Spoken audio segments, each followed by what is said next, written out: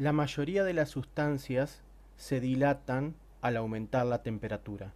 Este fenómeno se conoce como dilatación térmica. En esta figura se puede ver un objeto que inicialmente está a una temperatura T sub 0 y su volumen es V sub 0. Al aumentar la temperatura de T sub 0 más un delta de temperatura, aumentará el volumen un delta V. Ese delta V es la dilatación térmica.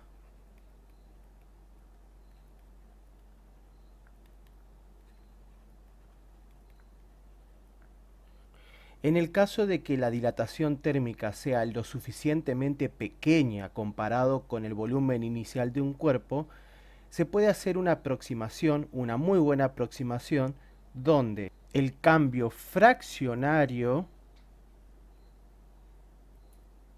del volumen es directamente proporcional al aumento de temperatura que sufrió el cuerpo. La dilatación térmica global de un cuerpo es consecuencia de la vibración de sus átomos o moléculas constituyentes. Observen el siguiente modelo. Es un modelo de un sólido. Cada una de estas esferitas pueden ser una molécula o un átomo, ¿sí? Y estos resortes corresponden a las fuerzas de interacción entre esos átomos o moléculas. Son fuerzas de atracción o repulsión. Estos pequeños átomos, vamos a suponer que son átomos, vibran en torno a una posición de equilibrio. Cuando aumenta la temperatura, la vibración aumenta y la amplitud de vibración, ¿sí?, de los átomos aumentará. Entonces, en promedio, la distancia entre ellos también aumentará. Y todo el cristal, en este caso el sólido, aumentará su tamaño. La dilatación térmica puede ser lineal, superficial o volumétrica. En realidad todos los objetos se dilatan de manera volumétrica porque todos los objetos tienen un volumen. El tema es que podemos considerar una dilatación térmica cuando el objeto tiene una de sus dimensiones, por ejemplo la longitud, bastante mayor a las otras dimensiones. En el caso de una dilatación superficial, por ejemplo, la profundidad de esta pequeña placa es despreciable en comparación con las longitudes de sus lados. Entonces, la dilatación que tendrá en esa profundidad es prácticamente despreciable. Igualmente, por ejemplo, en esta pequeña varilla, la dilatación térmica que tendrá o el aumento de volumen que tendrá, por ejemplo, en la sección del pequeño cilindro será despreciable también. Por eso podemos tomarlo como una dilatación lineal, porque lo que será evidente o más apreciable será el aumento en la longitud, vamos a llamarle longitud L sub 0, y a esto será la longitud L sub 0 más un aumento de longitud. Tendrá dilatación en las otras dimensiones, tendrá también, pero será, como dije, totalmente despreciable.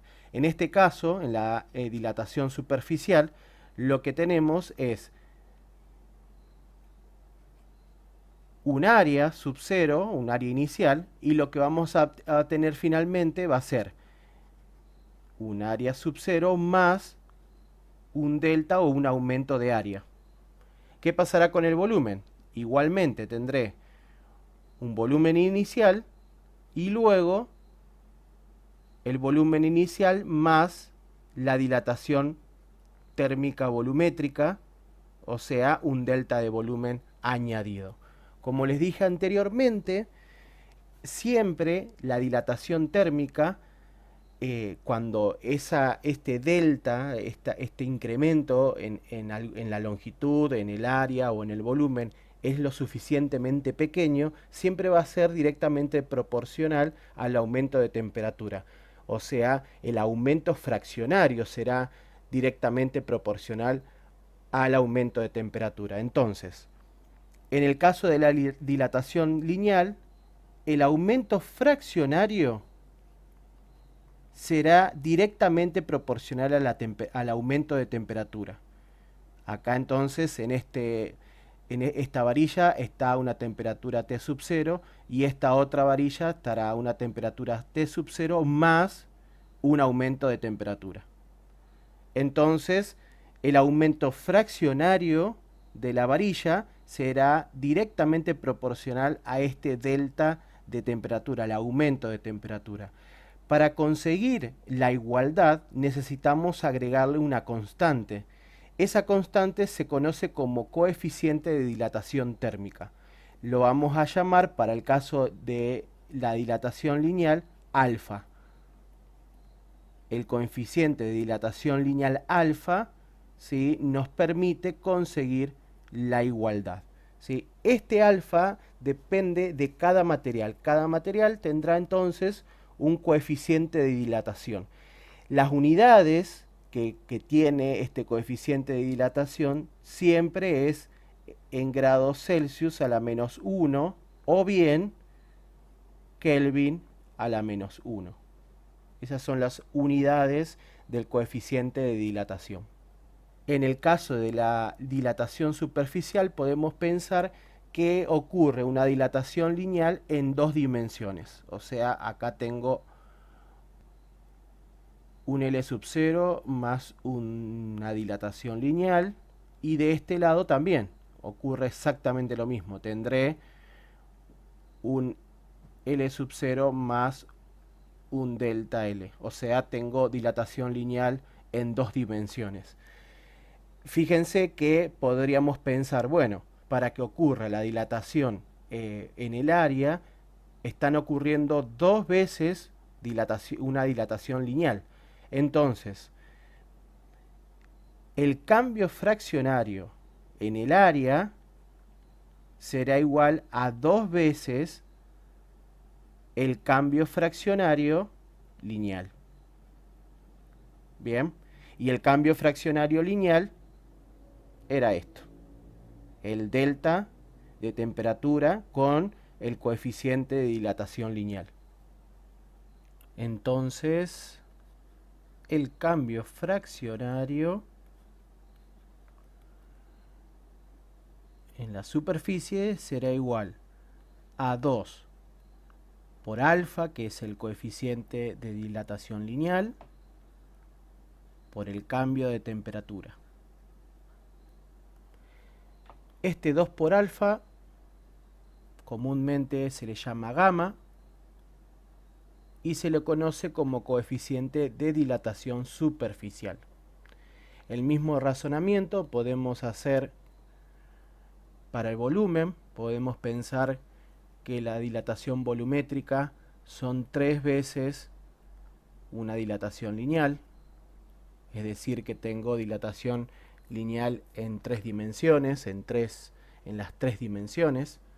Entonces, un cambio fraccionario del volumen será igual a 3 veces un cambio fraccionario en la longitud. Nuevamente, este cambio fraccionario en la longitud es alfa por el delta t, o sea, el coeficiente de dilatación lineal por el delta de temperatura o el cambio de temperatura. Luego, el cambio fraccionario en el volumen es 3 por alfa por el cambio de temperatura. Este 3 por alfa se lo conoce como beta, o bien coeficiente de dilatación volumétrica. Hay que tener en cuenta que esta relación que dice que gamma es igual a 2 alfa y beta es igual a 3 veces alfa, se da solamente en materiales que sean de la misma composición. Es decir, por ejemplo, esta planchita tiene que ser de una misma sustancia para que la dilatación en todas las dimensiones sea exactamente igual. Pueden existir sustancias que no dilaten y de igual manera en una dimensión que en otra. Entonces, en ese caso no podemos utilizar estas relaciones. Estas serán entonces las tres ecuaciones que se utilizan para cada uno de los casos. Dilatación lineal, esta primera, dilatación superficial, esta segunda, y dilatación volumétrica, esta tercera.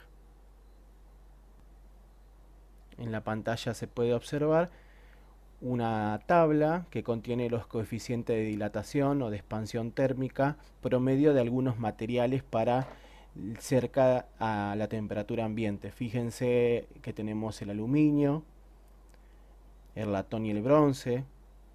La unidad, observen que es grados Celsius a la -1. El concreto, el cobre, el vidrio ordinario, el común, el vidrio Pyrex o el vidrio templado. Fíjense la diferencia que hay entre uno y otro, es prácticamente el triple.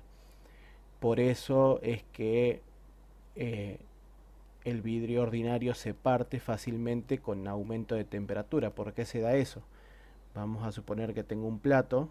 Al plato lo voy a dibujar con una vista lateral. Tengo un plato y le coloco la comida caliente encima. ¿Qué va a pasar? ¿Por qué se parte? Bueno,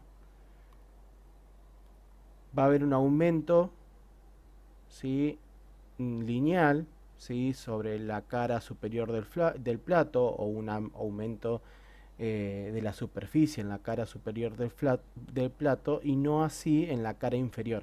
Esa diferencia, ¿sí?, de ese aumento en las dimensiones de la cara superior del plato respecto a la cara inferior del plato, crea tensiones internas en el material, haciendo que finalmente se rompa. Observen en el caso del alcohol etílico, un líquido, el mercurio, otro líquido, las dilataciones térmicas son bastante mayores a la de los sólidos. El alcohol etílico y el mercurio, observen que tienen dilataciones térmicas muy similares, no son iguales, es por eso que se utilizan para la construcción de termómetros.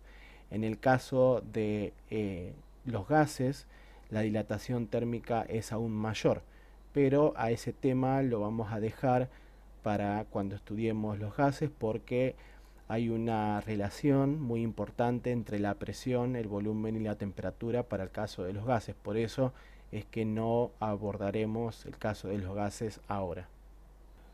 ¿Cómo puedo imaginar una dilatación térmica, por ejemplo, en un objeto que tiene una pequeña perforación, o un anillo en este caso, que tenga agujeros?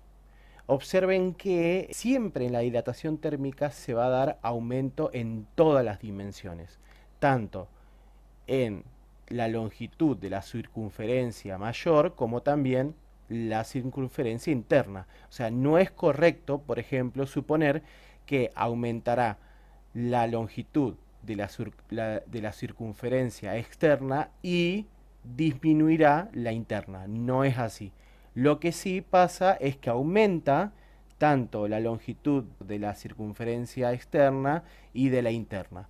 Lo mejor es pensar siempre a la dilatación térmica o suponerla como el aumento de una fotografía. Tengo esta pequeña fotografía, esta pequeña imagen acá de del mismo anillito. ¿Cómo puedo pensar la dilatación térmica, cómo quedará si aumenta la temperatura?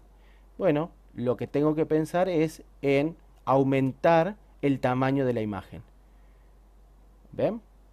Entonces, observen que el aumento de tamaño de la imagen me da, ¿sí?, cómo quedará el cuerpo, o en este caso el anillo, con el aumento de temperatura. Lo mismo lo podemos pensar, por ejemplo, para una tuerca. Acá tenemos una tuerca, la imagen de una tuerca. ¿Cómo quedará o qué pasará con la tuerca, o cómo se dilatará la tuerca si aumenta la temperatura? Bueno, lo que tenemos que hacer es pensar en un aumento de la imagen, ¿sí? Si aumentamos la imagen, ¿ven? Esta será la tuerca con un aumento excesivo de la temperatura.